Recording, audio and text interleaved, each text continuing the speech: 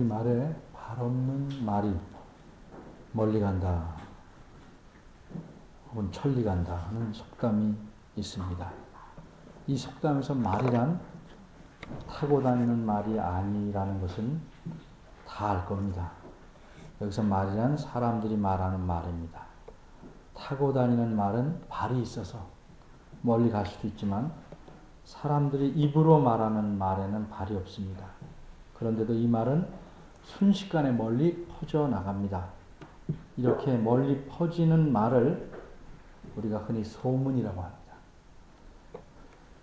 이처럼 소문이 쉽게 널리 퍼진다는 것을 가리켜 발 없는 말이 천리 간다 이렇게 표현합니다. 오늘 본문에도 이렇게 널리 퍼지는 소문에 대한 내용이 들어있습니다. 그런데 이 소문은 아주 끈질긴 오래오래 계속된 소문입니다. 먼저 오늘 본문 15절 후반절부터 보겠습니다. 이 말이 오늘날까지 유대인 가운데 두루 퍼지니라. 여기서 이 말이란 유대인들 가운데 널리 퍼진 소문을 가리킵니다. 그런데 이 소문은 언제까지 계속되고 있었는가? 하나님 말씀 보면 오늘날까지라고 합니다. 이 마태복음을 쓴 기록자가 오늘날까지라고 말한 것이니까 마태복음을 모두 다 기록한 때를 가리킵니다. 그럼 마태복음을 모두 다 기록한 때는 언제일까? 정확히는 알 수 없지만 대체로 학자들은 60년대라고 생각합니다. 1960년대가 아니고 그냥 60년대입니다. 그리고 이렇게 퍼진 소문이 예수님의 시체에 관한 소문이었으니까 계산은 예수님이 죽은 때부터 해야 합니다. 예수님은 30년쯤에 죽으셨으니까 이 소문은 적어도 30년 이상 계속된 소문입니다. 이렇게 오래오래 끈질기게 지속된 소문의 내용은 도대체 어떻게 시작되었을까? 오늘 본문을 아래서 위로 올라가면서 살펴봅니다. 15절 상반절입니다. 군병들이 돈을 받고 가르친 대로 하였으니 이렇게 말씀합니다. 그러니까 처음에 소문을 퍼뜨리기 시작한 사람은 군병들, 군사들입니다. 왜 군사들이 이런 소문을 퍼뜨리게 되었을까? 그들이 돈을 받았기 때문입니다. 많은 돈을 받았습니다. 12절에 보니 군병들에게 돈을 많이 주며 이렇게 표현되어 있습니다. 이렇게 돈을 많이 받으니 군병들은 하라는 대로 한 것입니다. 돈이란 사람을 움직이는 도구로 사용됩니다. 돈 자체는 나쁘지 않지만 돈이 삶의 목표가 되면 사람은 사람다운 삶을 살기가 힘듭니다. 스스로 사람임을 포기하고 짐승처럼 치열하게 경쟁하며 남의 주머니에 돈까지 끌어내서 자기 것으로 만들려고 그렇게 살 수밖에 없는 것입니다. 그렇게 돈을 인생의 목표로 삼은 까닭에 자신이 짐승처럼 변하는 것인 줄을 혹 아는 사람은 벗어날 가능성도 있겠지만 많은 사람들은 그렇게 자신이 변하는 것조차 인식하지 못합니다. 살아가려면 어쩔 수 없다. 혹은 그럴 수밖에 없다고 자신을 합리화하기도 합니다. 그런 지경에 이르면 돈은 이미 그 사람에게 악마의 역할을 하는 셈입니다. 왜? 그 사람에게서 인간다움을 빼앗기 때문입니다. 또 돈으로서 다른 사람을 이용하려고 할 때 돈은 악하게 쓰일 수밖에 없습니다. 여기 돈을 주는 자들은 이미 돈의 힘을 알았습니다. 그래서 돈으로서 군병들을 매수한 것입니다. 이 군병들은 사실이 무엇인지 알고 있었습니다. 그러나 이 사실을 속이고 거짓된 소문을 퍼뜨려야 했습니다. 왜? 돈을 위해서. 그 돈을 가지려고, 그 돈을 차지하려고 이들은 거짓을 퍼뜨리는 대가로 많은 돈을 받은 것입니다. 그러면 군병들은 무엇이라고 거짓을 퍼뜨렸을까? 거짓 소문을 무엇이라고, 어떤 거짓 소문을 만들어냈을까? 군병들이 직접 거짓을 만들어낸 것은 아닙니다. 이들은 돈을 받고 거짓을 유통시키기로, 퍼뜨리기로 한 것입니다. 그러면 그 거짓 소문을 어떻게 군병들이 퍼뜨릴 수 있었을까? 15절 앞부분에서 그 방법을 알 수 있습니다. 어떻게 퍼뜨렸는가? 군병들은 가르친 대로 했습니다. 누군가 군병들에게 소문내야 할 거짓말을 가르쳤고 군병들은 그 거짓말을 배웠습니다. 우리가 여기 가르친 대로라는 표현에서 생각할 것은 군병들에게 거짓 소문을 내도록 시킨 자들이 단순히 이런 거짓말을 해야 한다라고 알려준 정도가 아니고 가르쳤다는 거예요. 거짓 소문의 내용을 마치 공부시키듯 학습시켰다는 뜻입니다. 요즘 이단에서 잘못된 교리를 거듭거듭 가르치고 외우게 하고 세뇌시키는 학습을 하듯이 돈을 준 자들은 군병들에게 거짓 내용을 가르쳤던 것입니다. 그럼 돈을 준 자들이 가르친 거짓 그 소문의 핵심 내용은 무엇일까? 13절을 봅니다. 그들은 군병들에게 이렇게 거짓 소문을 내라고 가르칩니다. 예수의 제자들이고 밤에 와서 우리가 잘 때 그를, 즉 예수의 시체를 도적질해 갔다. 소문이라는 것은 자세히 뜯어보면 허술한 데가 많습니다. 군병들이 퍼뜨린 이 소문도 허술하기 짝이 없습니다.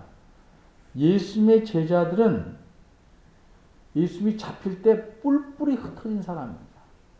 그런데 갑자기 무슨 특공대가 됐습니까?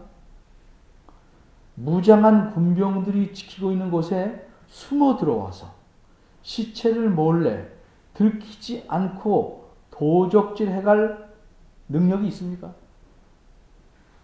더구나 이 군사들은 로마 군대, 그 당시 세계에서 가장 강한 로마 군대의 병사들입니다. 아르바이트로 일하는 경비원이 아닙니다. 모든 군병들이 다 잠들지는 않습니다. 게다가 예수님의 시체를 공터에다 놓아둔 것이 아닙니다. 무덤은 바위로 된 산을 파서 만들었고 그 입구는 큰 돌로 막았습니다. 마태복음 27장 60절부터 제 설교를 들으면서 보시면 제가 한 말이 사실인지 다 드러날 겁니다. 또한 27장 66절에 보면 그 문을 열고 닫을 수 없게 아예 돌을 고정해서 임봉해서 입구를 막아버렸습니다. 또 예수님께서 살아계실 적에 하신 말을 두려워해서 로마 군사들을 데려다가 철저하게 지키게 했습니다. 이게 65절 말씀입니다. 그런데 어떻게 제자들이 유령이 아닌 바에야 아무도 모르게 그 큰 돌로 입구가 막혀버린 그곳, 철통같이 군사들이 지키고 있는 그 무덤 속에 들어가서 시체를 훔쳐내어 몰래 도망갈 수 있겠습니다.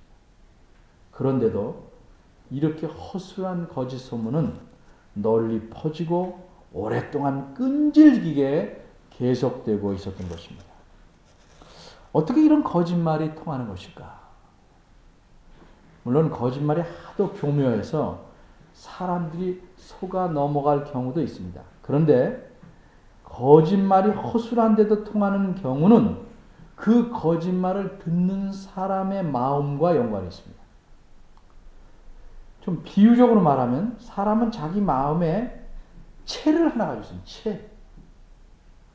가루를 치거나 액체와 건더기가 있는데 그 액체를 뽑아내는, 그걸 밭아낸다고 그러는데 액체를 밭아내는 그 기구, 망으로 된 그 기구, 채를 갖고 있습니다.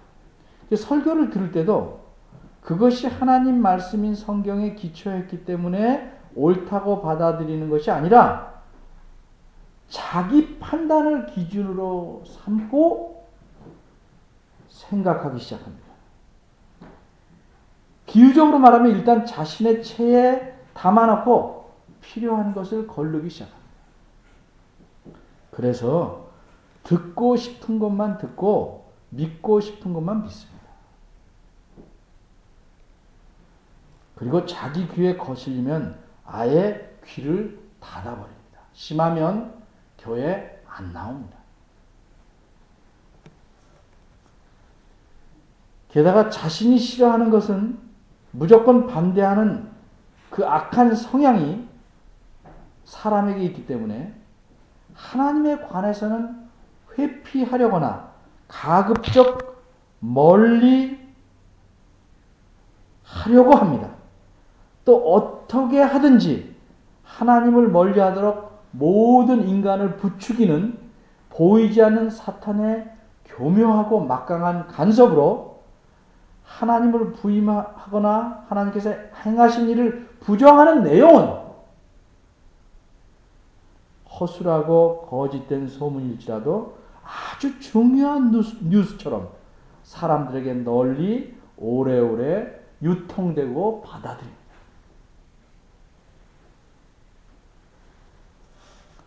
그럼 이 소문의 실체는 무엇인가? 다시 말해서 군병들이 퍼뜨린 소문이 거짓인데 그 진짜 사실은 무엇인가?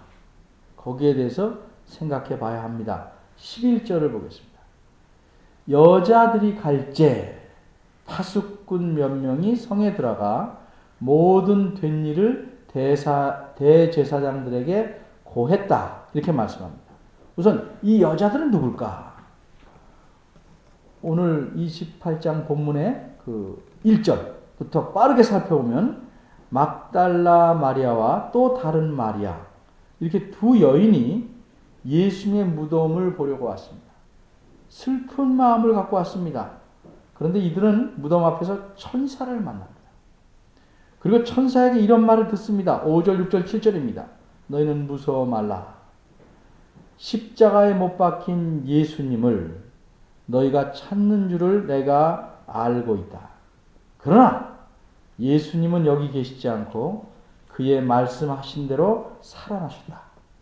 빨리 가서 예수님의 제자들에게 그가 죽은 자 가운데서 살아나셨고 너희보다 먼저 갈리로 가실 것이니 너희가 거기서 예수님을 뵐 것이다 라고 알려라. 그래서 여자들은 급히 무덤을 떠나서 제자들에게 이 기쁜 소식을 알리려고 달려갑니다. 그렇게 가던 도중에 예수님을 만납니다. 그리고 예수님에게 다시 제자들에게 전할 말씀을 듣고 갈 때에 이것이 11절에 여자들이 갈제라는 뜻입니다. 이처럼 여자들이, 이 여인들이, 두 여인이 제자들에게 가고 있을 때 무덤을 지키던 군사들 중 몇 명은 예루살렘 성으로 들어갑니다. 무덤을 지키는 동안 일어난 놀라운 일들을 대제사장들에게 보고하기 위해서입니다. 도대체 무슨 일이 일어났는가? 28장 2절에서 4절에 그 상황이 기록되어 있습니다. 군사들은 무덤을 철통같이 지키고 있습니다. 한두 명이 아닙니다. 요새식으로 하면 한 소대가 지키고 있는 것입니다. 그런데 갑자기 큰 지진이 일어났습니다. 우리가 올 들어서 아이티와 칠레에 일어난 지진들이 얼마나 무서운지 잘 아는 바대로 지진이 일어나면 무덤을 지키던 군인들이 아무 소용없습니다. 아무리 튼튼하게 무덤 입구를 큰 돌로 막아 놓아도 별 수 없습니다. 2절을 보니까 천사가 하늘에서 내려와 무덤 입구를 막고 있던 큰 돌을 간단히 굴려내고 그 위에 앉아 있었습니다. 그 천사의 모습은 번개 같고 그 옷은 눈같이 희다고 말씀합니다. 그럼 그 천사를 본 군사들은 어땠을까? 야, 세상에 이렇게 신기한 일이 있나 하고 신기하거나 감탄하지 않았습니다. 그들은 어땠습니까? 4절입니다. 4절. 이들이 바보라 혹은 무서움을 많이 타서 이렇게 된 거 아닙니다. 이들은 강한 로마의 병사입니다. 근데 하늘의 존재를 보면 누구나 바로 쳐다보지 못합니다. 성경에 나오는 수많은 사람들 다 보면 바로 죽은 것처럼 엎드러지는 경우가 많습니다. 이들도 마찬가지입니다. 그들은 모두 무서워 떨며 하도 무서워서 죽은 사람처럼 되었습니다. 시간이 얼마 지난 후에 파수하던 군사들은 정신을 수습합니다. 잃었던 정신을 찾아서 집어넣고 자신들이 지키고 있던 시체가 없어졌음을 확인합니다. 그리고 이 비상사태를 알려야겠기에 먼저 대제사장들에게 갑니다. 27장 62절에 보면 대제사장들과 바리새인들이 십자가에 달려 돌아가신 예수님을 새 무덤에 넣어두고서 불안했습니다. 왜냐하면 예수님께서 살아계실 때 3일 후에, 사흘 후에 다시 살아나겠다 하신 말씀을 들었기 때문입니다. 그래서 이들은 그 당시 유다 나라를 다스리는 로마의 총독 빌라도를 찾아갑니다. 그리고 요청합니다. 64절입니다. 백성들이 유혹당해서 사회가 혼란하지 않도록 조치를 취해야 합니다. 그래서 무덤을 지킬 군사를 얻습니다. 65절에 보면 빌라도가 말하기를 너에게 파수꾼이 있으니 라는 말은 나는 관여하지 않겠다. 무덤을 지키려면 너희에게는 너희 파수꾼, 즉 성전을 지키기는 유대인 경비병들을 데리고 가라 하는 뜻으로 말하는 것이 아닙니다. 이 말의 뜻은 내가 너희 요구대로 무덤을 파수할 군사들을 너희에게 파견해 주겠다는 의미입니다. 그러니 가서 힘대로, 즉 너희가 아는 모든 방법을 써서 무덤을 굳게 지켜보라, 이렇게 말한 겁니다. 이렇게 해서 대제사장들을 위해 파견된 군사들을 갖고 왔습니다. 이 군사들이 그런 군사들이기 때문에 무덤을 지키는 파수꾼들은 먼저 대제사장들에게 일어난 일을 모두 알리러 간 것입니다. 자, 오늘 본문으로 다시 옵니다. 파수하던 로마 군사들이 보고한 내용을 들은 대제사장들은 급히 장로들을 부릅니다. 그리고 이 놀라운 사태를 어떻게 수습해야 할지 의논해서 대책을 마련합니다. 그리고 이들이 얻은 대책은 돈으로 파수하던 군사들의 입을 막고 오히려 그들로 하여금 거짓 소문을 퍼뜨리게 하는 것입니다. 그런데 맨손으로 군사들의 입을 막을 수는 없었습니다. 그래서 군사들을 매수하기 위해서 많은 돈을 줍니다. 군병들은 예수님의 제자들이 시체를 도적질해 간 것이 아니라는 사실을 잘 압니다. 그런데도 도적질해 갔다 이렇게 소문을 내게 하려면 돈을 많이 줘야 됩니다. 그래서 이렇게 거짓 소문을 돈을 줘서는 할 수 있겠지만 이 군사들에겐 또 한 가지 해결해야 될 문제가 있었습니다. 군사들이 져야 할 책임의 문제입니다. 만일 이 군사들이 무덤을 지키는데 큰 지진이 나고 천사가 나타난 후에 시체가 없어졌다면 사실대로 그것은 어쩔 수 없는 일이니까 군사들이 크게 책임질 일은 없거나 적습니다. 그러니까 사실을 사실대로 말하면 이 군사들은 총독인 빌라도에게 벌을 받을 게 없습니다. 군사가 보초를 쓰다가 잠든다. 로마 군대에서는 매우 심각한 벌을 받는다고 합니다. 그런데 제사장들이 시키는 대로 거짓 소문을 내서 그건 뭡니까? 우리가 잘 때 훔쳐왔다. 이 소문이 빌라도 총독의 귀에 들어가면 이 군인들은 보초 쓰다가 잠잔, 이거 설교 듣다가 잠자는 것보다 더 심각한 거예요.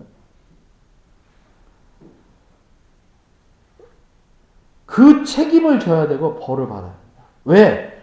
작기 때문에 시체를 도중 맞은 셈이 되기 때문에. 그래서 대제사장들은 군병들에게 이렇게 말합니다. 그들의 마음에 거짓 소문을 확실히 퍼뜨리게 하려고 이렇게 달래줍니다.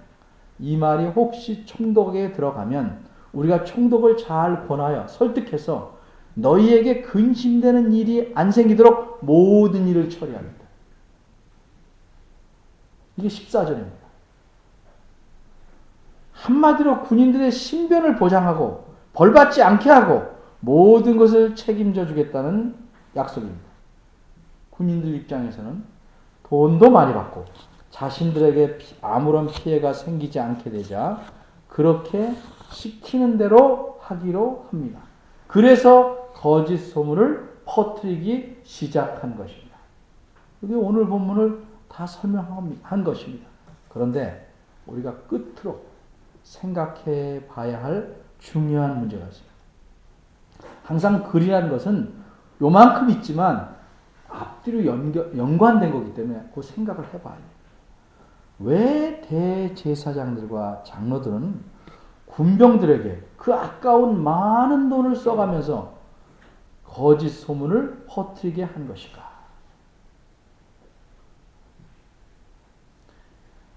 이들은 예수님을 십자가에 못 박여 죽게 한 장본인입니다.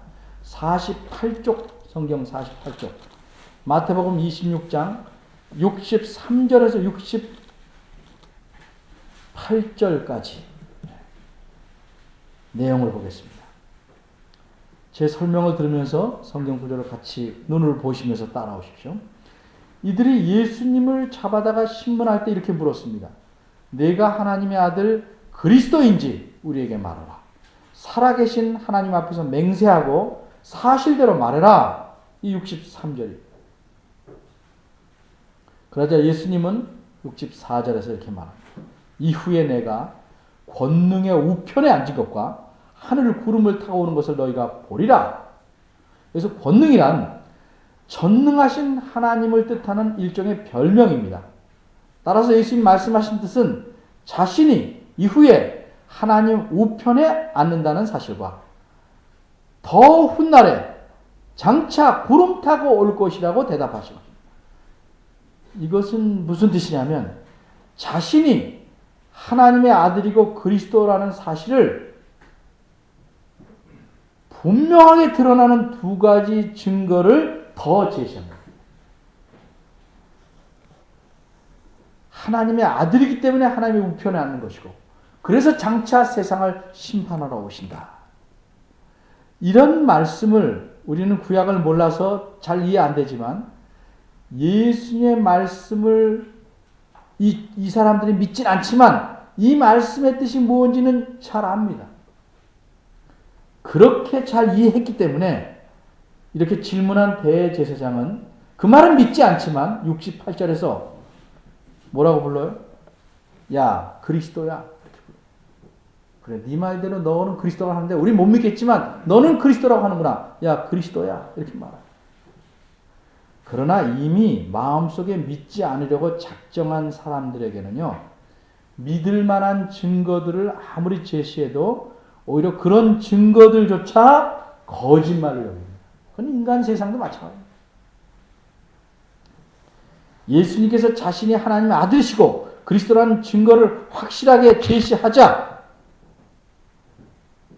대제사장이 결정적인 증거네 하고 받아들인 게 아니고 어떻게 반응했습니까? 질문했던 대제사장은 길길이 뜁니다. 65절에서 67절에 뭐라고 되어 있습니까? 자기 옷을 찢으며 하나님을 모독했다고 난립니다. 사형을 지켜야 한다고 말합니다. 예수님의 얼굴에 침 뱉고 주먹으로 치고 손바닥으로 후려치고 누가 너를 쳤느냐 알아맞혀 보라고 합니다. 마치 이성을 잃은 짐승처럼 날뛰었습니다. 왜? 하나님을 모독했다. 굉장히 하나님을 중요하게 여기고 하나님을 아주 소중히 여기는 사람다운 채 했습니다. 과연 그런가? 뿐만 아니라 예수님께서 십자가에 못 박히셨을 때도 27장 39절에서 43절입니다. 50쪽입니다. 이 대제사장과 장로들과 거기다가 율법을 가르치는 서기관들도 합세해서 예수님을 모욕하고 조롱합니다. 지나가는 자들이 이렇게 합니다. 자기 머리를 흔들면서 예수를 모욕하고 가로되 성전을 헐고 사흘에 짓는 자는 네가 만약 하나님의 아들이거든 자기를 구원하고 십자가에서 내려와라. 그러니까 어떻게 했습니까? 그와 같이 41절입니다. 대제사장들도 서기관들과 장로들과 함께 희롱하고 가로되 저가 다른 사람은 구원하였지만 자기는 구원할 수 없구나. 저가 이스라엘의 왕이로구나. 십자가에서 내려와라. 그러면 믿겠다. 저가 하나님을 신뢰하니 하나님이 저를 기뻐하시면 이제 구원하실 것이다. 제 말이 자기 말이 나는 하나님의 아들이라 하였도다. 이렇게 희롱하고 비꼽니다. 사실을 말해도 그 말을 거짓으로 듣고 계속 비꼽니다. 그런데 이렇게 이들이 모욕을 주고 희롱하던, 그래서 십자가에 죽였던 예수님이 다시 살아나셨습니다.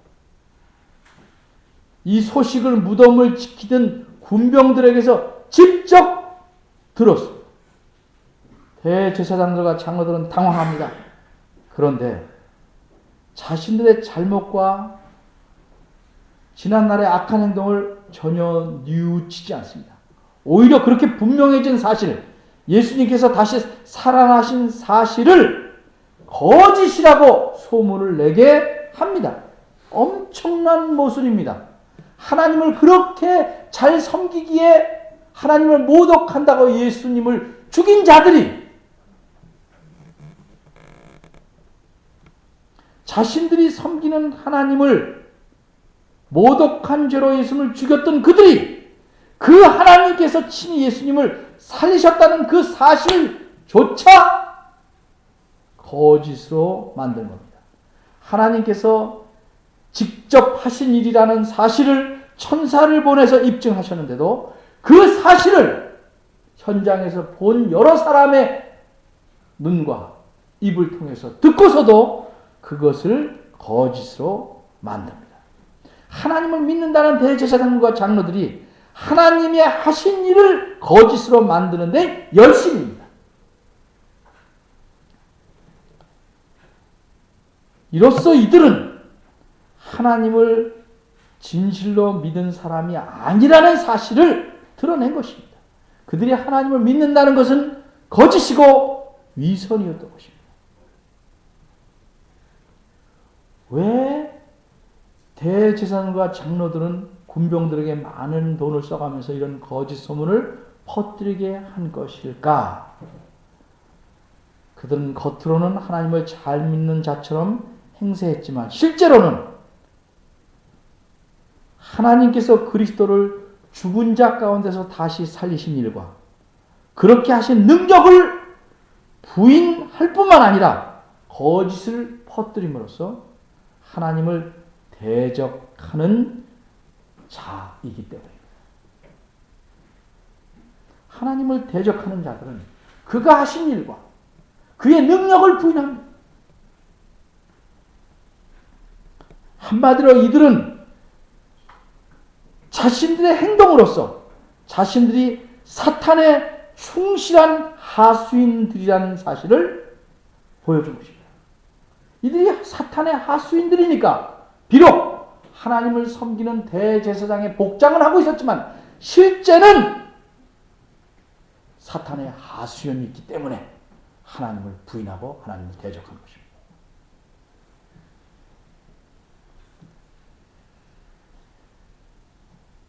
하나님을 믿는다면서 하나님께서 예수님에 대해서 그렇게 확실한 증거들을 예수님의 생애에서 수없이 보여주셨고 이제는 죽은 자 가운데서 다시 살아나게 하심으로써 예수님이 과연 하나님의 아들이시고 그리스도이심을 확실하게 증거하셨는데도 이 부인할 수 없는 증거 앞에서 어찌 사탄이나 사탄의 하수인이 아니라면 그 사실을 믿지 않을 수 있겠습니까? 여러분, 우리는 과연 하나님, 그분의 능력을, 그분이 하신 일을 제대로 믿습니까? 예수 그리스도를 하나님의 아들이시며 우리 주님으로 과연 믿고 계십니까? 오늘날도 우리 주변에는 죽은 자 가운데서 다시 살아나셔서 우리 주님 되신 예수님을 그리스도시며 하나님의 아들로 믿지 못하게 만드는 그릇된 소문이나 잘못된 가르침이 많습니다. 심지어 그것들이 교회 안에까지 들어옵니다. 그래서 그런 것들에 휘말려서 믿음의 길에 들어서지 못하고 서성이는 사람들도 많이 있습니다. 들어섰지만 계속 뒤를 돌아보며 앞으로 가기를 멈칫대는 사람들도 많이 있습니다. 그런데 참 안타깝게도 이런 사람들의 문제점은 그렇게 서성이며 멈칫대면서도 확실한 증거를 손에 잡기 위해서 하나님 말씀인 성경을 읽고 깨달아 믿는 바를 확실히 잡는 일에 관심이 적다는 사실입니다. 무엇은 아닙니까?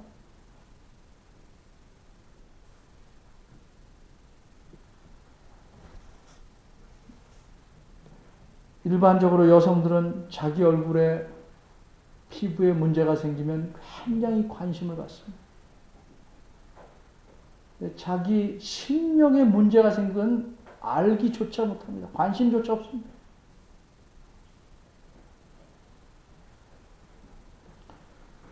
로마서 10장 17절 우리가 잘 아는 말씀, 믿음은 들음에서 나며 들음은 그리스도의 말씀으로 말미암았느니라. 무슨 뜻입니까?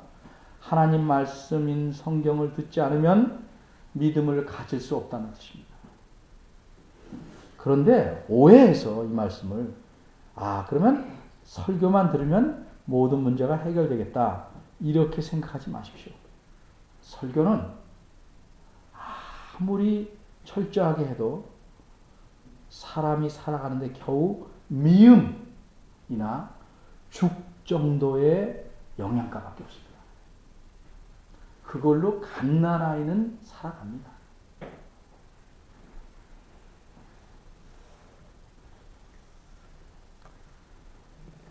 믿는 사람으로서 믿음이 자라고 성숙하려면 스스로 성경 말씀 부전을 읽고 공부하고 깨닫고 그렇게 살아가야 합니다. 왜? 하나님 입에서 나오는 모든 말씀으로 살아야 한다고 하나님이 말씀하셨고 예수님이 그 말씀을 확인시켜 주셨기 때문에 하나님에 의해서 나오는 모든 말씀을 산다는 것 바꿔 말하면 그리스도의 제자로서 살아가는 겁니다. 대제사장들이 보인 모습, 스스로가 지옥의 자식들임을 증거한 그 모습, 그것을 우리 안에서 없애려면 단순히 딸랑 예배만 하고 돌아가는 교인 그렇게 살지 말고 그리스도의 제자로서 살아요. 그리스도인이란 말은 그리스도의 제자라는 뜻입니다. 그리스도의 제자가 되려고 힘쓰지 않으면 대제사장이나 장로들처럼 종교인 행세는 평생 할 수 있습니다. 그렇겠지만 진정한 그리스도인은 될 수 없습니다. 제자는 입으로만 하는 것이 아니고 마음과 몸으로 하는 것입니다. 그리고 그리스도의 제자됨은 교회 안에서만 보이는 것이 아니고 자신의 삶에서 드러내야 하는 것입니다. 어느 곳에서나 어느 때나 하나님 말씀을 붙잡고 살아감을 내보여야 하는 것입니다. 기도하겠습니다. 하나님, 저희가 연약함을 잘 아십니다. 하나님이 행하신 일을 수없이 보고 안다고 하지만 우리의 일상생활에서 조그만 어려움만 당해도 하나님 없는 사람처럼 난리치고 벌벌 떨고 안달복달합니다. 저희의 믿음 이렇게 적고 유명무실함을 긍휼히 여겨 주옵소서. 그러면서도 이 믿음이 자라나기에 그다지 힘을 안 씁니다. 오로지 하나님 말씀으로만 믿음이 생기고 자라고 그래서 사람이 성숙할 수 있음을 그것이 하나님의 뜻임을 분명히 깨닫게 하시고 이 말씀 붙잡고 살아가는 그리스도의 제자들 되게 하시옵소서. 우리 부모들이 뒤늦게 깨달은 이 사실을 자녀들이 자라서 우리 때 돼서 깨닫게 하는 우를 범하지 않게 하시고 하루라도 빨리 보다 일찍 자녀들에게 바른 것을 심어주고 가르쳐서 하나님께서 주신 모든 기쁨과 복을 어릴 때부터 누리며 하나님을 의지하는 삶 사는, 그렇게 살도록 인도하는 저희 어른들 되게 하시옵소서. 자녀들도 부모의 말에 잘 순종하여 그리스도의 제자에 되기에 힘쓰는 그런 개인, 교회 되기를 바랍니다. 그러한 교회가 많아지기를 하나님 바라오니 주를 믿는다는 모든 사람들을 긍휼히 여겨주시고 도와주시옵소서. 예수님의 이름으로 기도합니다. 아멘.